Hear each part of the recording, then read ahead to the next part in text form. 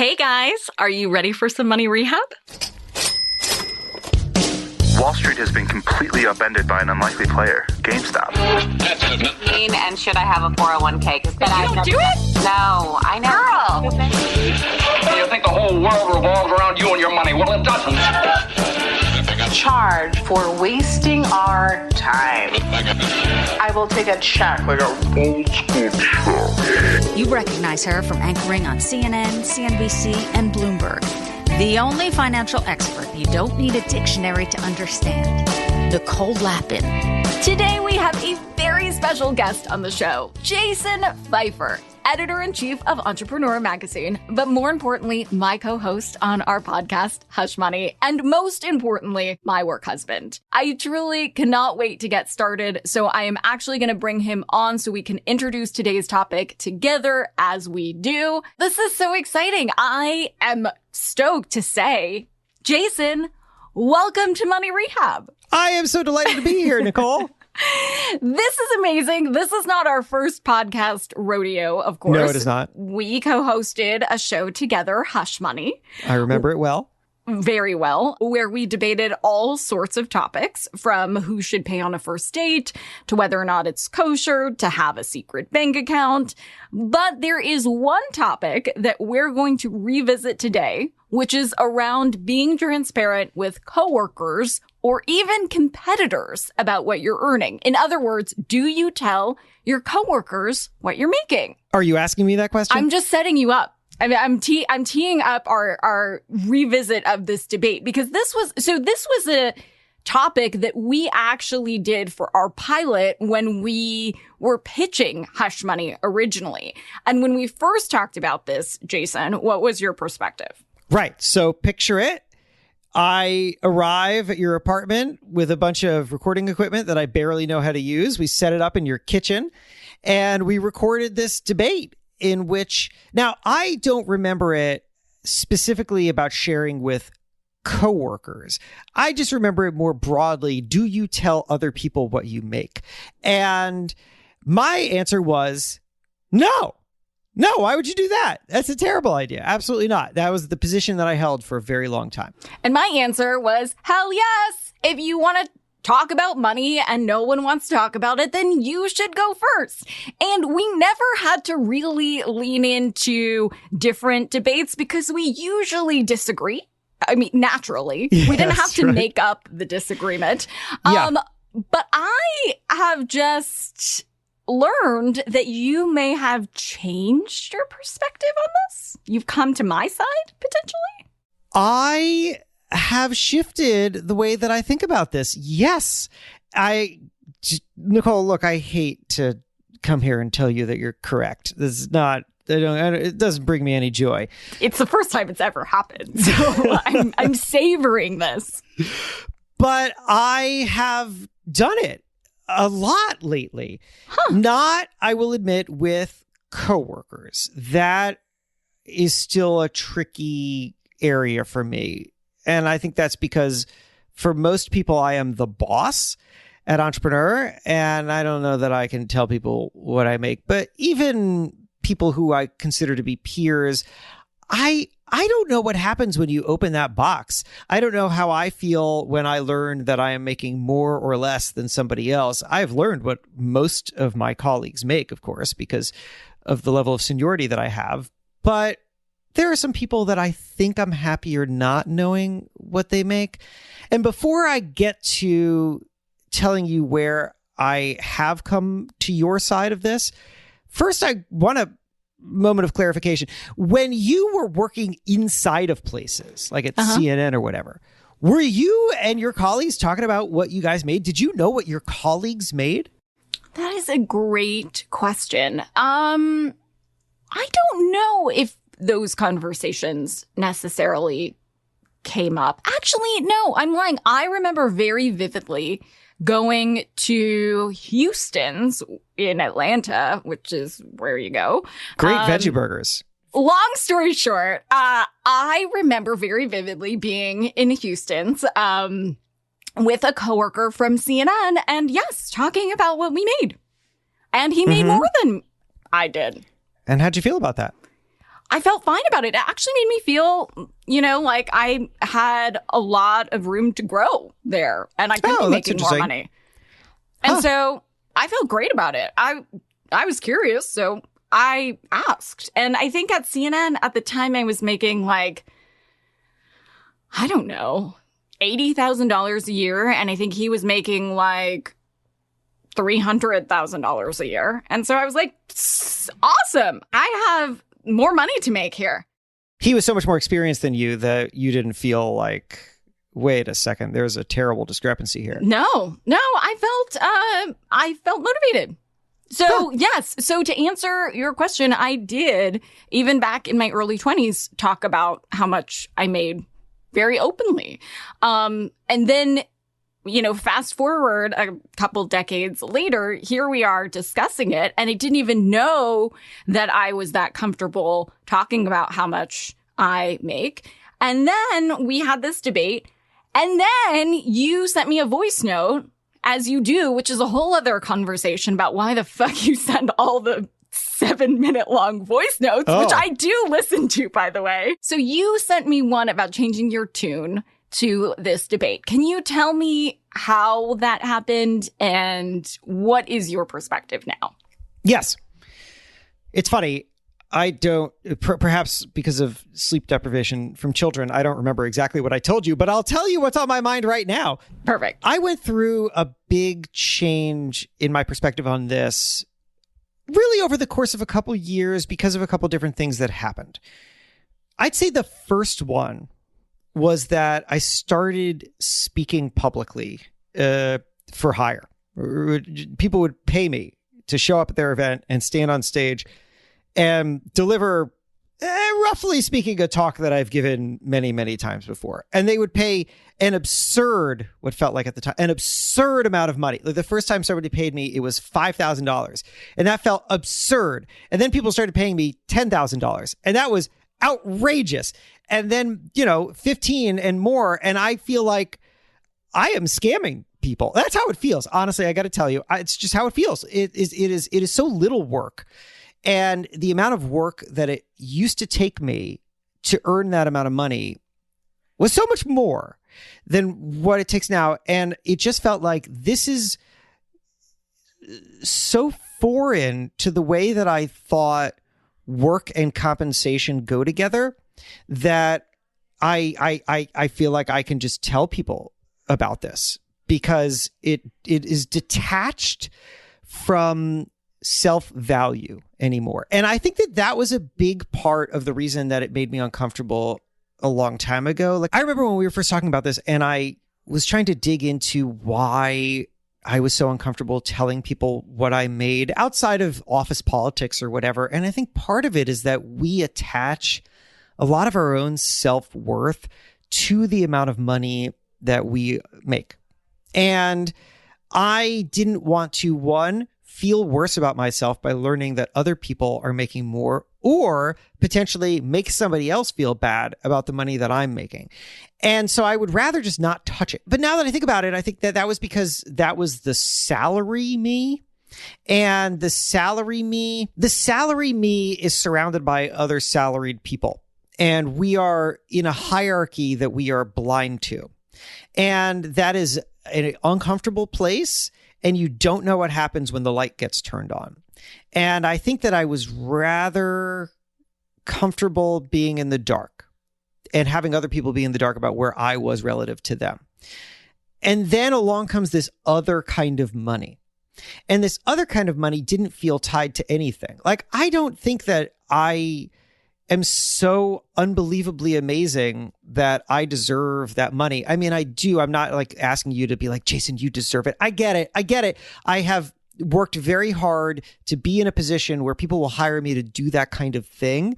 But let's be honest, that's an absurd amount of money to be paid for what is not a lot of work. And so I just started telling people. And what I found was that some people who were completely outside of that world were like, what? Get out of here. That's insane. But then there were other people who are in my line of work who were like, that is very useful information. Thank you very much, because here's what I've been negotiating. Here's what I'm getting paid. And now let me tell you about this. And then suddenly we were helping each other. And I realized that opening up like this was beneficial to me and to others. And that's what cracked the door open. And you love being beneficial to others. I really do. And sharing this kind of stuff absolutely can be consequential. Not for everybody, right? I don't walk out onto the streets of Brooklyn and announce what I got paid from some speaking gig or what my book publisher paid me or anything. But I have found now that in settings where I think that this information can be useful to somebody and it's not going to make them feel bad, then I want to share it. And so now I've started to share other things. Actually, can I tell you something else that then shifted the experience for me? So for the first 18 months of the pandemic, my family, as you know, relocated from Brooklyn, where we live, to Boulder, where my parents were. And we went and moved in with my parents. And it was quite a thing. And then we made all these friends in Boulder who were brand new to us. And as we were making friends with them, big financial things were happening to me. I sold a book. I signed this very large deal with a big tech company. I started to make a bunch of money. And so here are these new friends. And, they felt untied from all the rest of my life, and thus any anxiety that I had about sharing information with them, right? Back at home, I'm surrounded by people who are friends from work, or they're friends who I used to work with at another job. And now I make more money than they do, or they make more money than I do. And it feels like, how did we go right or wrong or something? I don't know. But these new friends were there was no context. And so as I would be negotiating the book deal, they'd get dinner with them and I would tell them about what happened, and they'd all be like, "What? That's crazy. That's amazing." And it just felt totally freeing.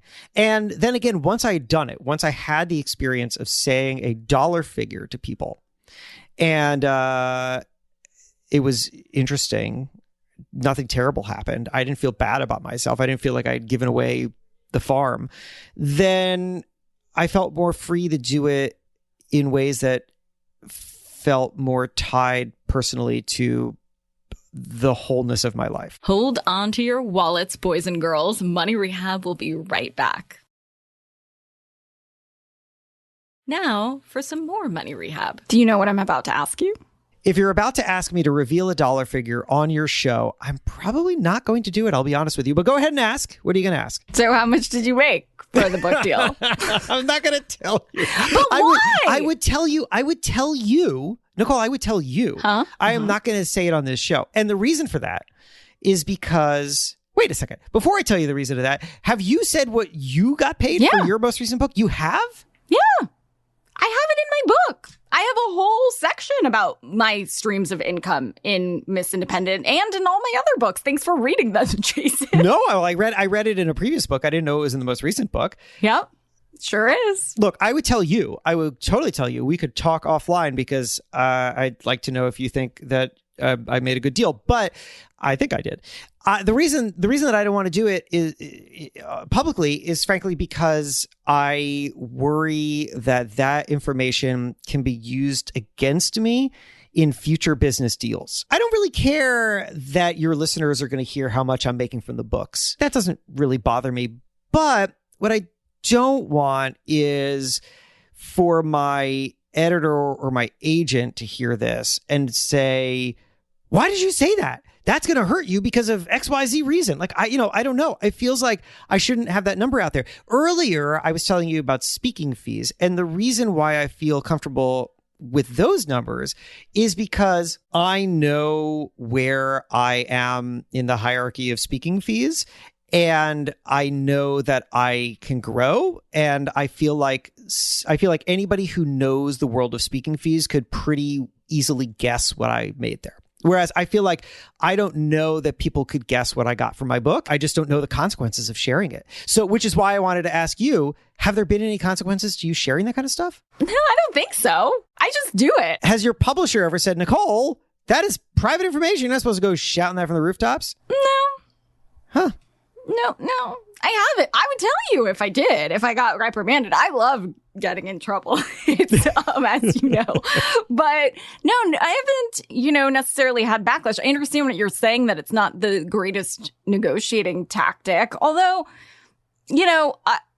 I'm on the fence about that. I think sometimes you want to throw out a certain standard or a certain number, and otherwise you're not going to get there, which is often not what financial or business experts say, that you are not supposed to throw out the first number. But if that number is not even in the ballpark of where their number is, you're not going to get up to where you want to be that way. Yeah. So hold on. Pontification about negotiating aside. So you have a distinction, it sounds like, between what your salary number is working for a bigger company and what your side hustle figures are. So you're more comfortable talking about how much you're making for the ancillary things, and you're still not comfortable talking about your salary. Is that right? That is largely correct. I am now comfortable talking about my salary with people who don't work at the same company. So for example, here, use case. Me and Mike used to work at the same magazine many years ago. And now I have this job and Mike has another job, and he is asking my advice about this job offer that he's considering. And, they're going to offer him a $30,000 raise. And he's like, that seems really great. That's a lot of money. And I will tell him what I make, because I want him to know, well, here's the data point that I have about what's available and in the marketplace. And if that's useful to you, then you should know it. And that is useful information to him. Now, what I won't do is I won't be talking to a colleague inside of my company and say, hey, here's what I make.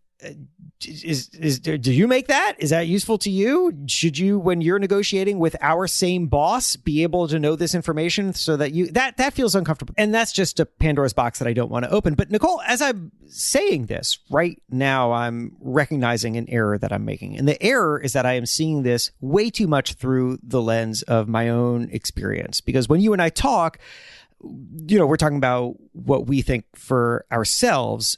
And so I'm now telling you what I think for myself, and I've carved out this little space where this is where I will share, this is where I won't share. But who cares about me? Who cares about me? Because I am a senior person at a small company, which is a very small little corner of the larger work world. And for anybody else, I think that sharing can be exceptionally valuable. I get it. You're right.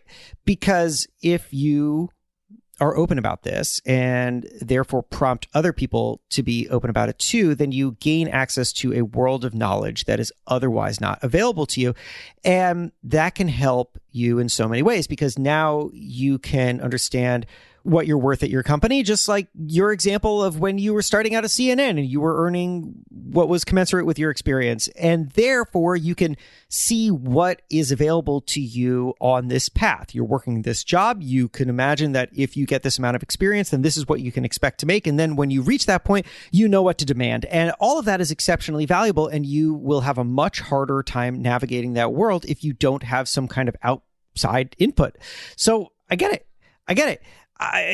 Again, for me, this is the boundary that I'm carving. And I guess the only thing maybe that's worth taking from me is that I think it's okay to set some kind of boundary about who and where you are comfortable sharing this information. I am just not, Nicole, I can't sign on to broadcasting everything I make. I get that it would be valuable to other people, but I am not comfortable with it. And I think I'm going to be okay with that. And I am going to give other people permission to be uncomfortable with it too, and to draw whatever boundary makes the most sense for them. So there.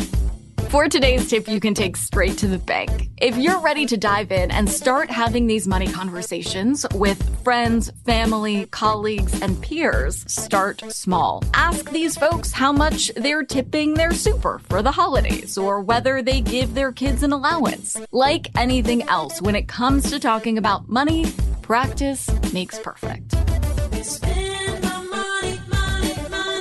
Money Rehab is a production of iHeartRadio. I'm your host, Nicole Lappin. Our producers are Morgan Lavoie and Mike Coscarelli. Executive producers are Nikki Etor and Will Pearson. Our mascots are Penny and Mimsy. Huge thanks to OG Money Rehab team Michelle Lands for her development work, Catherine Law for her production and writing magic, and Brandon Dickert for his editing, engineering, and sound design. And as always, thanks to you for finally investing in yourself so that you can get it together and get it all.